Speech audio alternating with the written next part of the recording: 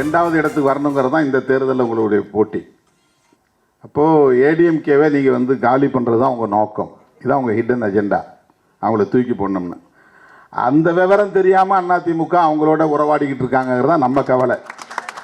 அதான் அடிக்கடி சொல்கிறோம், நீ வந்து உன்னுடைய இண்டிபெண்டன்சியை காப்பாற்றிக்கிங்க, தனியாக நில்லுங்க.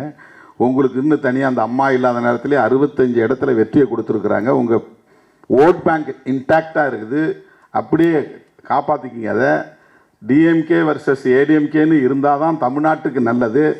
டிஎம்கே வர்சஸ் பிஜேபின்னு மாற்றி விட்றாதீங்க, அது நல்ல அரசியல் இல்லை. நீங்கள் எல்லாம் பெரியார் பாசறையில் வளர்ந்தவர்கள், கொஞ்சம் சிந்திச்சு பாருங்கள் அப்படின்னு நம்ம அப்பப்போ சொன்னால், நீ யார் இதை பற்றி கேட்கன்னு கேட்குறாங்க. அதிமுகவில்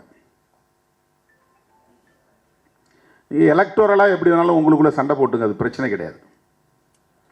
ஆனால் சாதி ஒழிப்பை ஏற்காதவர்கள், சமத்துவத்தை ஏற்காதவர்கள், பெண் உரிமையை விரும்பாதவர்கள், இந்த மண்ணில் வலுப்பெற வேண்டும் என்று விரும்புவதை, அதற்கு முயற்சிப்பதை, அதற்கான அரசியல் நகர்வுகள் செய்வதை எப்படி நாம் வேடிக்கை பார்த்து கொண்டிருக்க முடியும்? அதுதான் பிரச்சனை.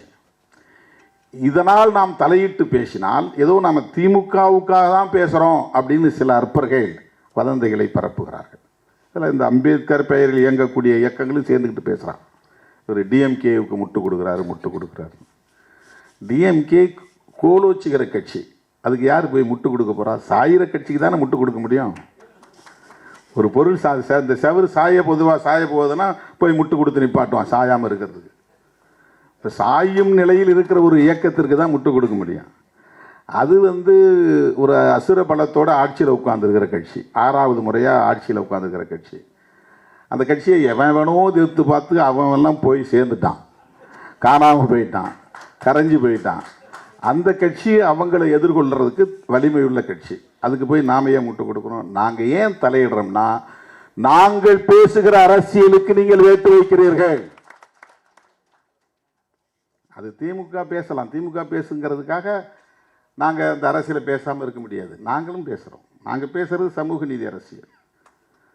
நாங்கள் பேசுகிற அரசியல் பெரியாரிய அரசியல்.